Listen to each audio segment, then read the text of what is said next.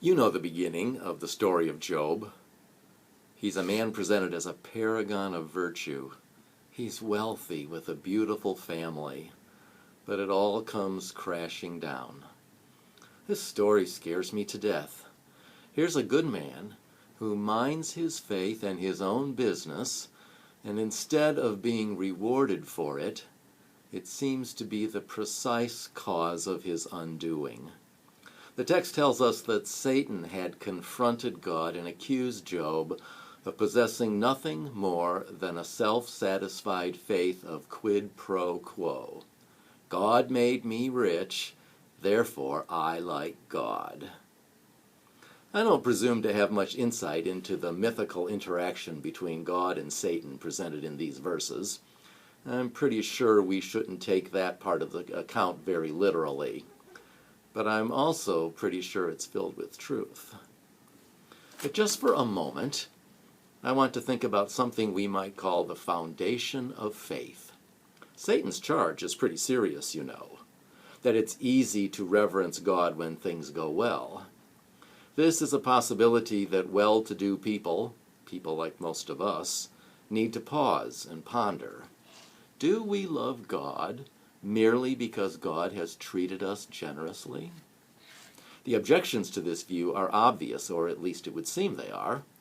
But in fact, faith among the wealthy, even the relatively wealthy, often feels pretty much like Satan suspects it is.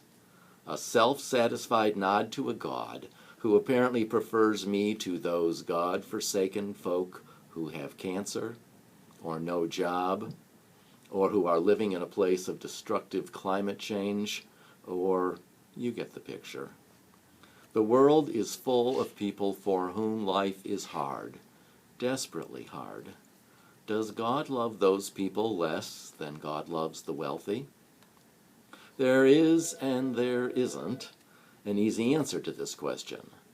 To put it bluntly, neither wealth nor poverty is any indication of God's favor or disfavor, though certainly the situation of those who suffer is difficult to tease out.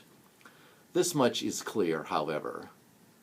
Wealth can shield us from truly trusting God. Job lost his wealth, but never his faith. His suffering was unspeakable, and he struggled mightily with what was happening. But his affirmation on day one of his ordeal seems to have held true to the end of it. The Lord gives, and the Lord takes away. Blessed be the name of the Lord.